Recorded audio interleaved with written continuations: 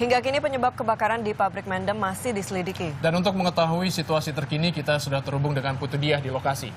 Ya, Diah, silakan dengan laporan Anda.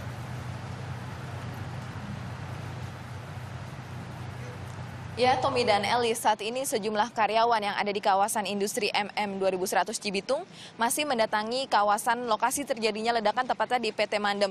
Dan di belakang saya juga tadi sudah ada beberapa petugas keamanan yang melakukan penjagaan di tempat terjadinya ledakan. Dan sekitar 1 jam yang lalu juga ada beberapa petugas yang diduga merupakan salah satu petinggi dari PT Mandem ini, namun kami tidak dapat melakukan konfirmasi karena mereka tidak bersedia untuk dimintai keterangan.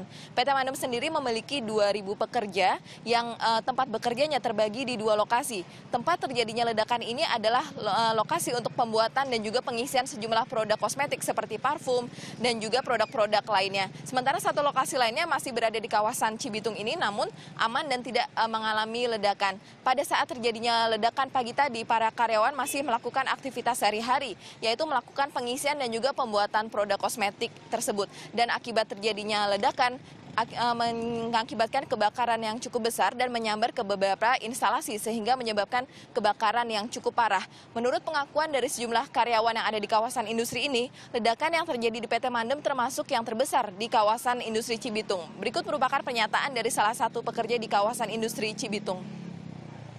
Ada yang kejadian kebakaran seperti ini, ya paling hanya sebatas di lokasi memang B3 itu yang tidak menimbulkan korban jiwa.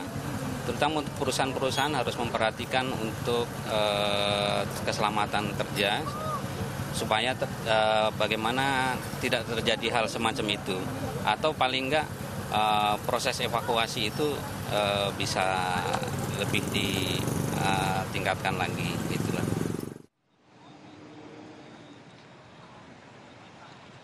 Pada saat terjadi kebakaran, ada 8 mobil pemadam yang dikerahkan untuk mengatasi api di kawasan ledakan ini. Dan juga saat ini sedang dilakukan pemeriksaan oleh tim dari Puslapfor untuk mengetahui penyebab terjadinya ledakan. Dugaan sementara akibat adanya gas yang bocor sehingga mengakibatkan kebakaran di pabrik PT Mandem ini.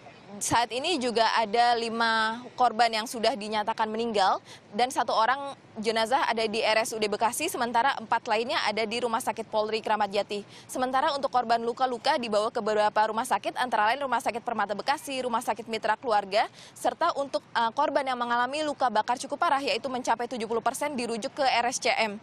Demikian informasi yang dapat kami sampaikan dari Cibitung, Bekasi, Tommy dan Elis.